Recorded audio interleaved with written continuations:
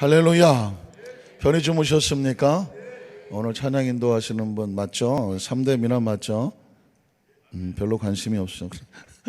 제가 보기엔 진짜 잘생겼어요. 예. 그랬더니 옆에 우리 찬양 인도하시는 또 우리 여성분들은 그럼 우리는 뭐냐? 그럼 뭐 4대 미녀, 5대 미녀 같이 되시는. 새벽에 여러분 찬양한다는 결코 쉽지 않거든요. 성대는 오전에 한 10시나 11시쯤 열려요. 그래서 아침 일찍이 목을 갑자기 확 쓰는 거는 성대에게 별로 도움이 되지 않습니다. 그래서 음악을 하는 사람이나 목소리로 이렇게 사용하시는 분들은 보통 한 11시, 10시쯤 돼 성대가 깨기 때문에 그때부터 이제 성대를 풀기를 시작을 하죠. 성대도 1cm짜리 근육이라서 굉장히 잘 다뤄야 됩니다. 갑자기 소리를 막 지른다거나 준비 없이 막 큰 소리로 확 하면 막 목이 찢어지거나 또 멍이 들거나 하게 됩니다. 그래서 목이 쉰다는 것은 성대가 멍이 든다는 것이고 피가 나온다는 것은 찢어졌다는 거예요. 그래서 어떤 사람들은 물론 특별한 경우에 성대를 강하게 하기 위해서 저 폭포 밑에 가서 소리를 지르기도 하고 여러 가지 하기도 하지만 그래서 피가 나오면 득음을 한다. 특별한 경우를 말하고 보통 사람들은 우리가 할 때 그냥 성대를 아주 작은 소리로부터 큰 소리로 이렇게 가고 가급적 아침 일찍 일어나서 큰 소리를 지르지 않고 맵고 짠 거 이런 거 잘 먹지 않고 성대도 관리를 잘 해줘야 되거든요. 그래서 새벽에 찬양을 인도한다는 것은 사실 성대에게는 상당히 무리가 될 수 있는데 그래도 그럼에도 불구하고 오늘 보니까 굉장히 지혜로웠어요. 키를 좀 낮춰갖고 이렇게 많이 높지 않게 부르시더라고요. 별걸 다 알죠, 제가. 네.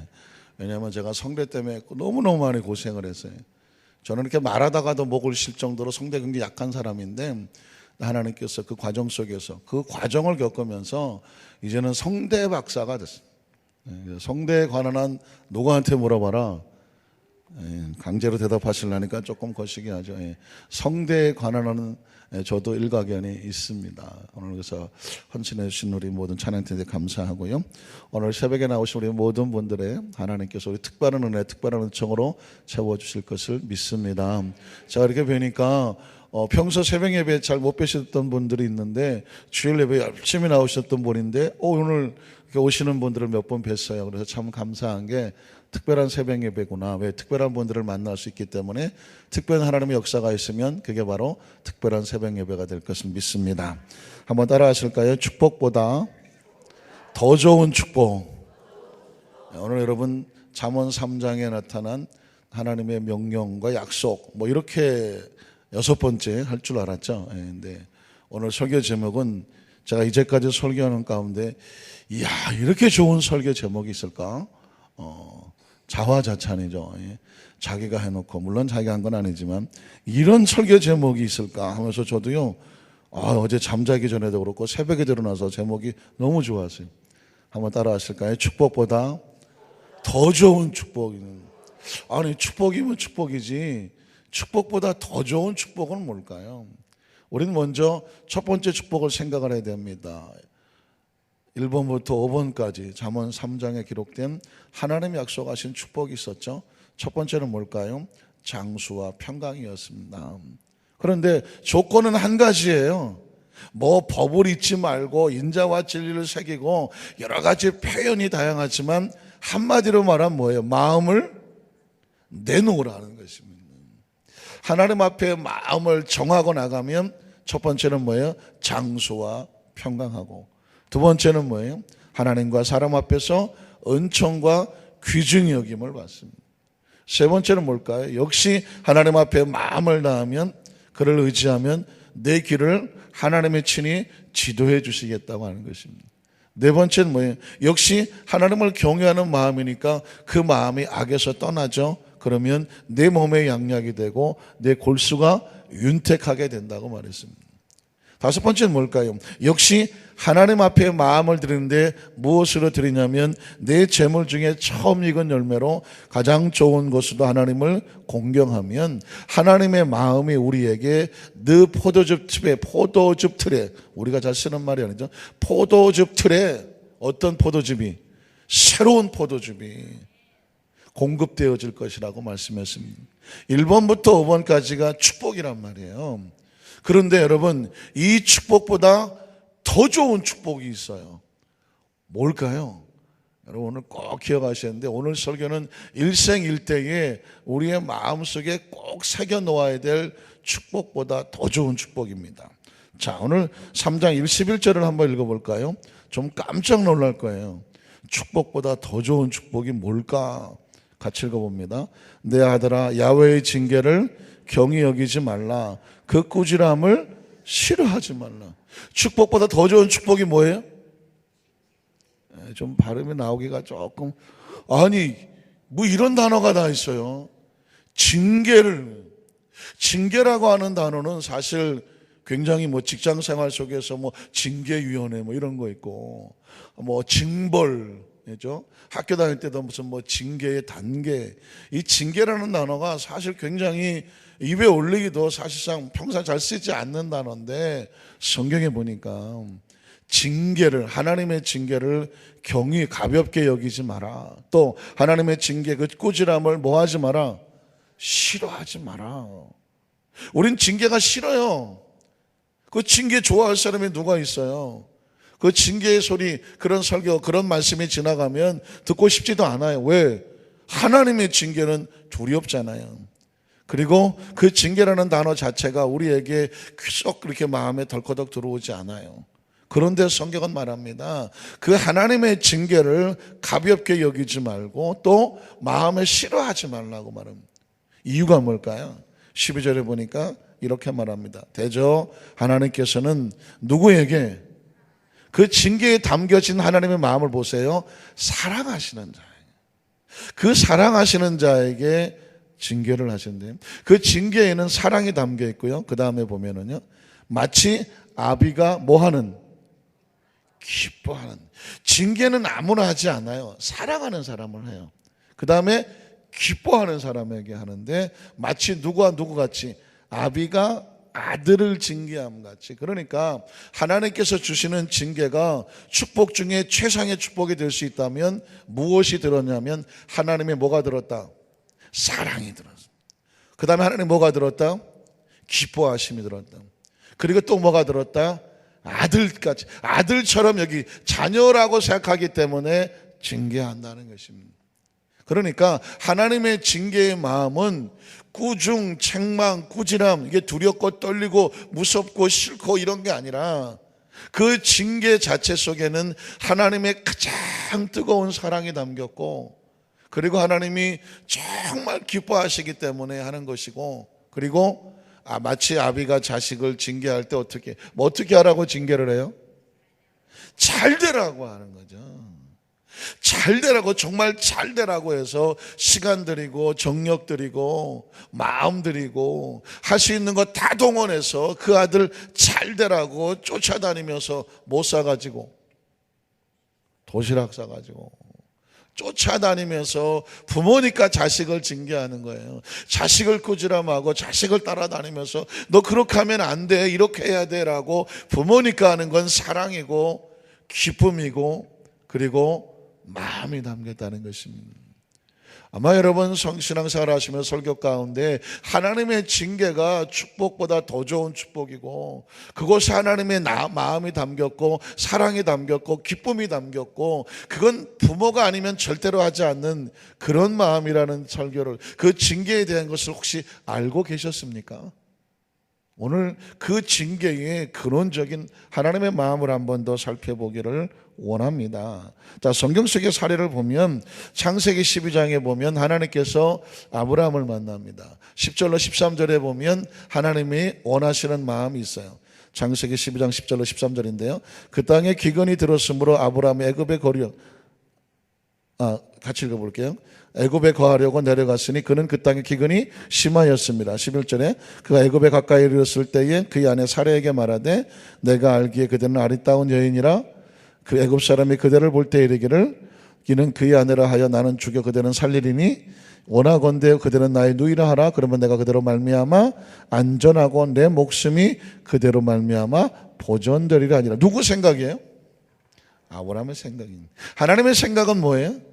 본토 친척 아비 집을 떠나서 내가 지시하는 가나안 땅에 거하라는 것이 하나님의 생각이고 하나님의 명령이고 하나님의 마음이에요. 그런데 아까 10절에 가봤지만 그 가나안 땅에 갔더니 기근이 있어요. 기근. 형편 처지가 좋지가 않아요. 그래서 아브라함의 생각엔 여기 있으면 죽을 것 같아요. 그래서 아브라함의 생각엔 어디로 내려가자? 애굽으로 내려. 거기는 뭐 애굽은 나일강의 비옥한 삼각주에서 뭐 농작물이 잘 되는 아주 풍족한 땅입니다. 그러니까 애굽의 문명이 거기서 시작을 했지 않습니까? 그래서 이 아브라함이 생각하기를 애굽으로 내려간 것입니다. 자, 여기서 보십시오. 죄란 무엇이냐면, 신앙의 잘못된 선택은 뭐냐면 하나님의 말씀이 여기 있는데 내 생각으로 내 방향을 결정하는 것이 죄가 되고 불순종이 되는 겁니다. 아브라함은 거기서 논리적으로 맞아요. 애굽이 잘 먹고 잘 살아요.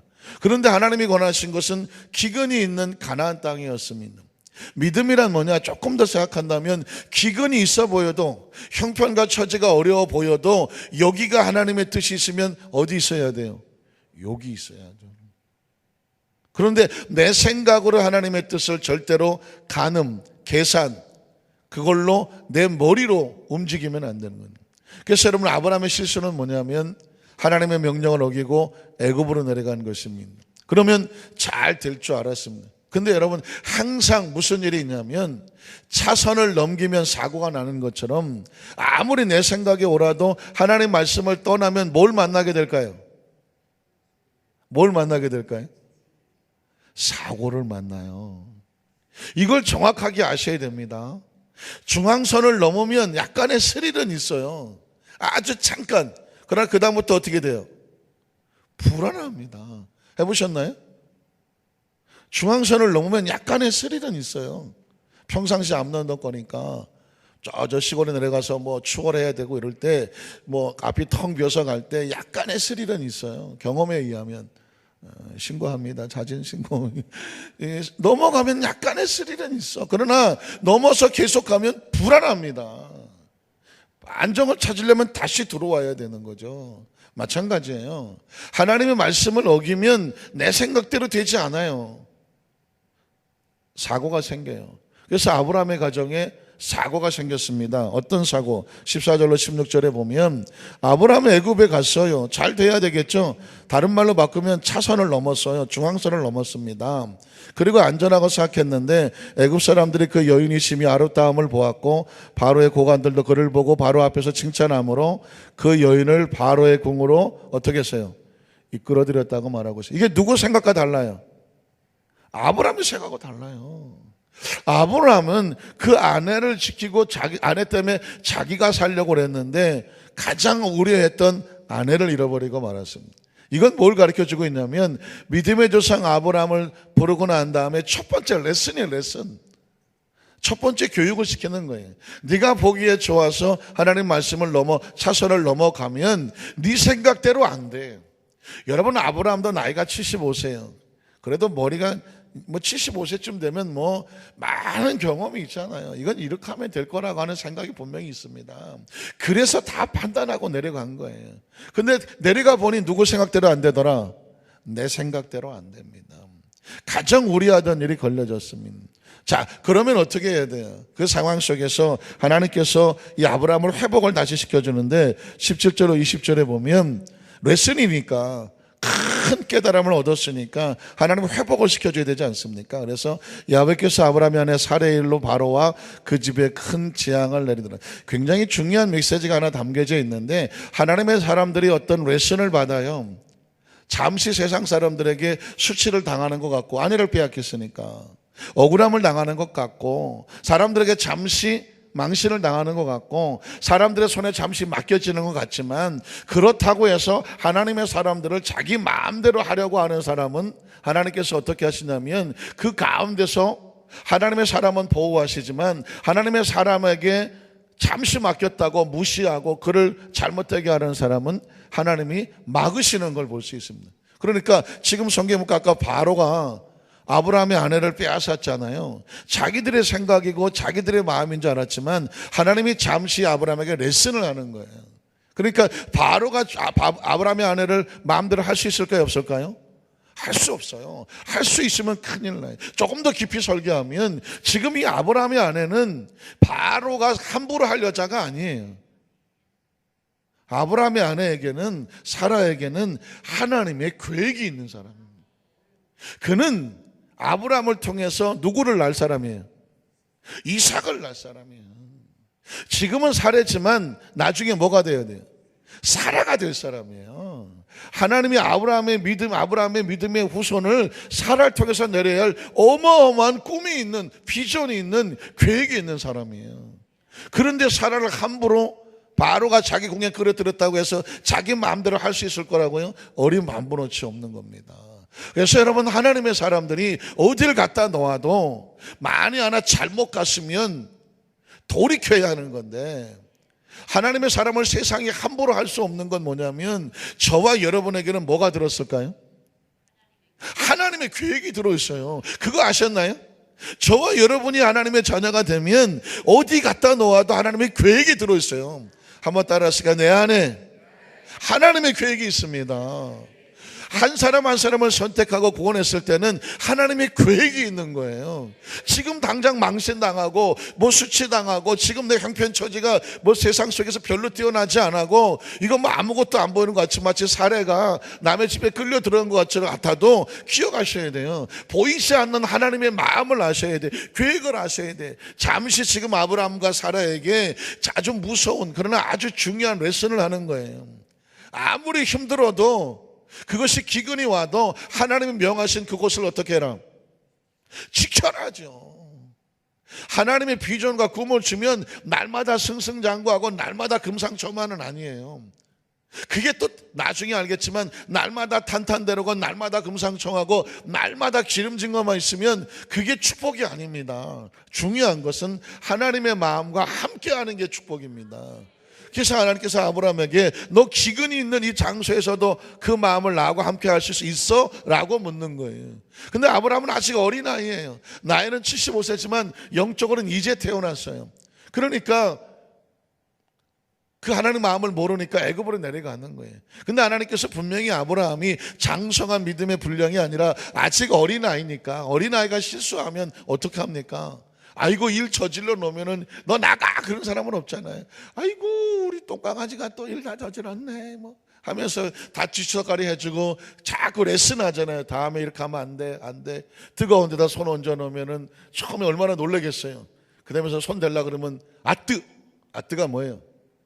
아뜨가를 이제 어린아이식으로 아뜨 그러면은 어린아이가 좀 아직 뭐 손주도 없지만 아주 어렸을 때 기억에 그냥 어린아이가 손 대려고 그러면 아뜨 그러면 아이도 알아듣잖아요. 그래서 아뜨 하면서 안 되려고 하잖아요. 여러분 아뜨를 한번 해본 아이는 뜨거운데 손 대야 안 돼요? 안 되죠. 아뜨를 안 해보면 아무거나 막 갖다 댄다니까 이거. 그러나 아뜨만 한번 정확히 가르쳐주면 안 뜨거워도 거기 손 대지 말라 할 때 뭐라고 말해요? 아뜨 그러면 아이가 이렇게 하고 안 뜨니. 교훈이라는 건 굉장히 중요합니다. 지금 하나님께서는 아브라함에게 아뜨를 가르치는 거예요. 너 네 마음대로 애굽에 내려갔다가 아뜨 뭘 할 뻔했어요? 아내를 잃어버릴 뻔했어. 그 머릿속에 이제는 하나님께서 원하지 않는 곳에 가면 뭘 잃어버린다? 가장 중요한 걸 잃어버린다는 레슨을 알았어요. 그래서 하나님께서 아까 그 성경 구절을 볼까요? 바로 왕에게 그 재앙이 내려갔고 그 다음 절 18절을 보면 바로가 아브라함을 불러서 이르되 네가 어찌 오히려 바로가 믿음이 엄청 좋아요. 아브라함을 불러서 이르되 네가 어찌하여 나에게 이렇게 행하였느냐? 네가 어찌하여 그를 내 아내라고 내게 말하지 아니하였느냐? 네가 어찌 그를 누이라고 해서 내가 그를 데려다가 아내를 삼게 하였느냐? 20절 내 아내가 여기 있으니 이제 데려가라 하고 20절에 바로가 사람들에게 그 일을 명하매 그들이 그와 함께 그의 아내와 그의 모든 소유를 다시 다 올려보냈어요. 누가 올려보냈습니까? 하나님이죠. 이걸 보면 하나님이 지금 아브라함과 사례가 실수했잖아요.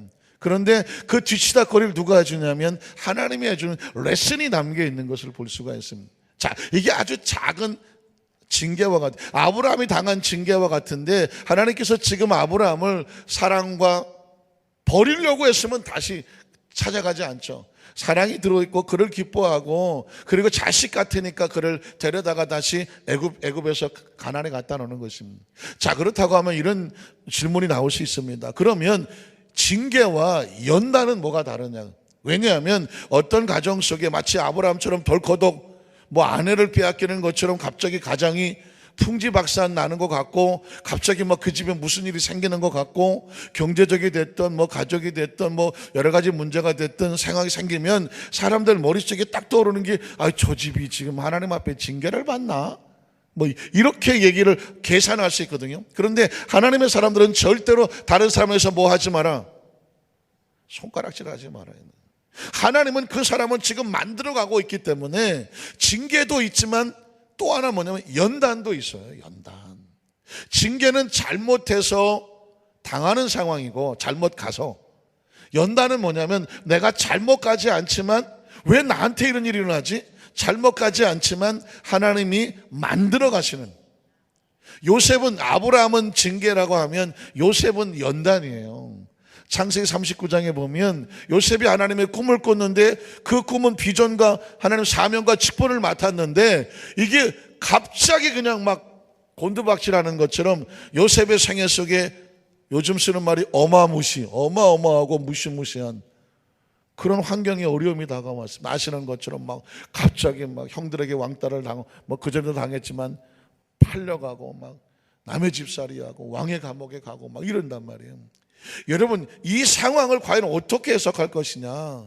가만히 보니까 우리가 사실 요셉이 원체 믿음이 좋아서 지금 자기 가운데 행하시는 하나님의 계획을 알고 있었다라고 생각하고 싶지만, 그는 몰랐어요. 어떻게 알 수 있을까요? 감옥에 있을 때 술 맡은 관원에게 했던 이야기 기억하죠? 난 여기 올만한 일을 하지 않았으니 술 맡은 관원께서 복직되거든 나의 억울함을 말씀해 주셔서 나로 여기서 나가게 해달라고 말합니다. 여러분, 요셉이 몰랐어요. 정말 난 이게 은혜가 돼.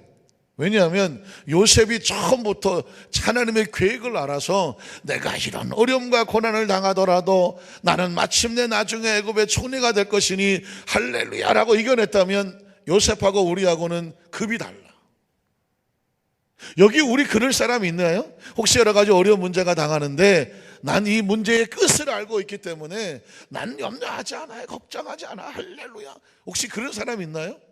혹시 그런다고 하더라도 속이 정말 알고 그럴까요?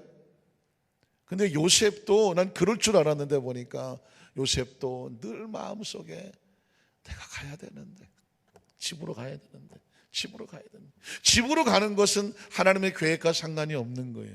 그래서 제가 그전에 의도된 지체의 축복이라고 하는 설교를 한 적이 있었어요. 요셉이 그 감옥에서 나가기를 그렇게 원했지만 하나님은 듣지 않았어요.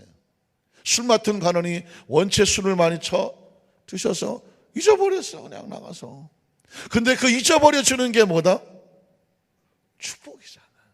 어떤 사람을 의지했는데 그 사람이 철석같이 약속해 놓고 나중에 딴짓해. 축복일까요? 아픔일까요? 하나님 안에서는 축복이에요. 왜? 하나님의 계획을 이루기 위해서 사람이 날 도와주지 않아도 축복이라는 걸 아셔야 돼요. 왜냐하면 술 맡은 관원이 요셉 잊어버렸거든. 근데 나중에 그 잊어버린 게 축복이에요. 왜냐하면 만약에 그때 요셉이 나갔으면 집으로 돌아갔어. 그러면 하나님의 꿈은 물거품이 되어버리는 거예요. 어떻게 키운 요셉은. 그래서 요셉과 같은 경우에는 하나님이 징계가 아니라 뭐다? 연단. 다른 말로 막 시키면 교육과 훈련이에요. 그래서 여러분, 이 아브라함과 요셉의 경우를 보면서 지금 나의 삶 가운데 여러 가지 문제가 있다고 치면 이렇게 해석하셔야 돼요. 내가 혹시 잘못 간 거 있다면 지금 하나님 나에게 사랑과 기쁨과 아버지의 심정으로 나를 뭐 하시는 거예요? 징계에 꾸지라 마시는 거예요. 징계의 목적은 단 하나예요. 돌아오라는 거예요. 돌아오면 돼. 중앙선 넘어서도 돌아오면 돼요. 아브라함이 애굽으로 내려갔지만 뭐 하면 돼요? 돌아오라고 하는 거예요. 가나안에 갖다 놓고 다시 시작하잖아요. 여러분, 제가 여러분에게 그랬어요. 우리 사랑하는 하나님께서 분명히 성공을 시킬 것이다. 영적으로 육적으로 성공을 시키는데, 성공의 첫걸음은 뭐냐면 방향을 바꿔라요. 방향을 바꿔라. 지금 내 삶의 모든 방향을 하나님 편으로 방향을 바꿔야 가.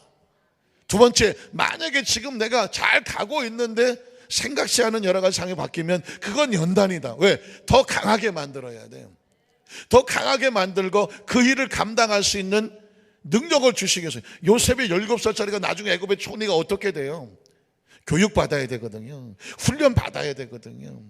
우리가 가지고 있는 꿈은 원대한데 현실이 어려워서 뭐 하냐? 하나님은 그걸 감당할 수 있도록 만들어 가시는 거예요. 그러니까 징계도 축복이고 연단도 축복이에요. 믿으십니까?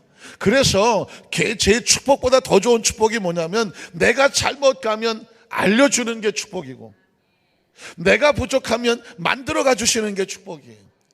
이 두 가지가 내 삶 속에 하나님의 사랑과 마음과 기쁨이라는 것입니다. 여러분 신명기 8장 1장에도 광야가 나오고 8장에도 광야가 나오는데 제가 오늘 말씀을 묵상하다 굉장히 중요한 걸 하나 깨달았어요. 왜냐하면 광야의 두 가지 의미를 깨달았어요.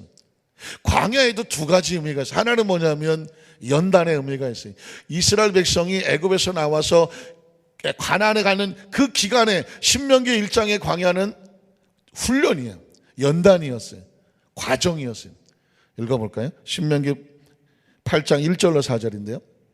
8장 1절에서 내가 오늘 명하는 모든 명령을 너희는 지켜 행하라. 그리하면 너희가 살고 번성하고 야훼께서 너희의 조상들에게 맹세하신, 이게 뭐예요? 가나안. 조상들에게 맹세하신 땅이 무슨 땅이에요? 가나안 땅이에요. 들어가서 그것을 차지하게 되는데 그냥 차지하지 않아요. 네 하나님 야훼께서 40년 동안에 내게 광야길을 걷게 하신 것을 뭐 해라?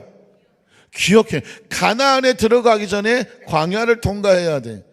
그걸 기억해야 돼요. 3절에 보면 이는 너를 낮추시며 너를 시험하사 내 마음이 어떠한지 뭐 하고 싶어요?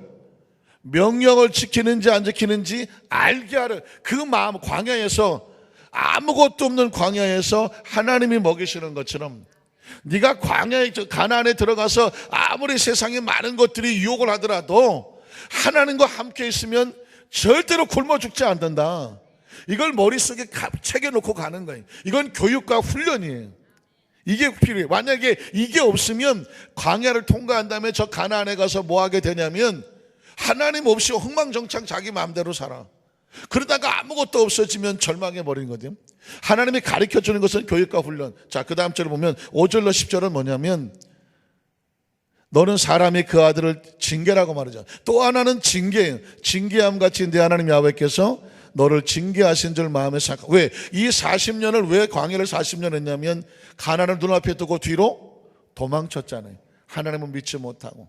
그렇기 때문에 잘못 가면 하나님께서 그거를 꾸지람하고 책망해서 다시 만들어서 보내시는 겁니다. 그래서 여러분 그 하나님의 징계를 어떻게 생각하냐면 어떻게 해야 되냐면 네 하나님 야훼의 명령을 지켜 그 얘기를 다시 따라오면 돼. 그를 경외할지니라. 하나님의 원래 마음은 7절에 네 하나님 야훼께서 너를 아름다운, 지난번에도 나왔죠. 하나님 마음은 너를 아름다운 땅에 이르게 하시는 거예요. 그것은 골짜기든지 산지든지 시내와 분천과 샘이 흐르고 밀과 보리의 소산지요 포다와 무화과와 석류와 감람나무와 발음이 힘들어도 저는 이 구절이 너무 좋아요. 꿀의 소산지라. 왜? 하나님의 마음이거든요. 네가 먹을 것에 뭐가 없어요? 모자람이 없어요. 내게 아무 부족함이, 이게 하나님 주시는 땅이에요. 그 다음 버전이요.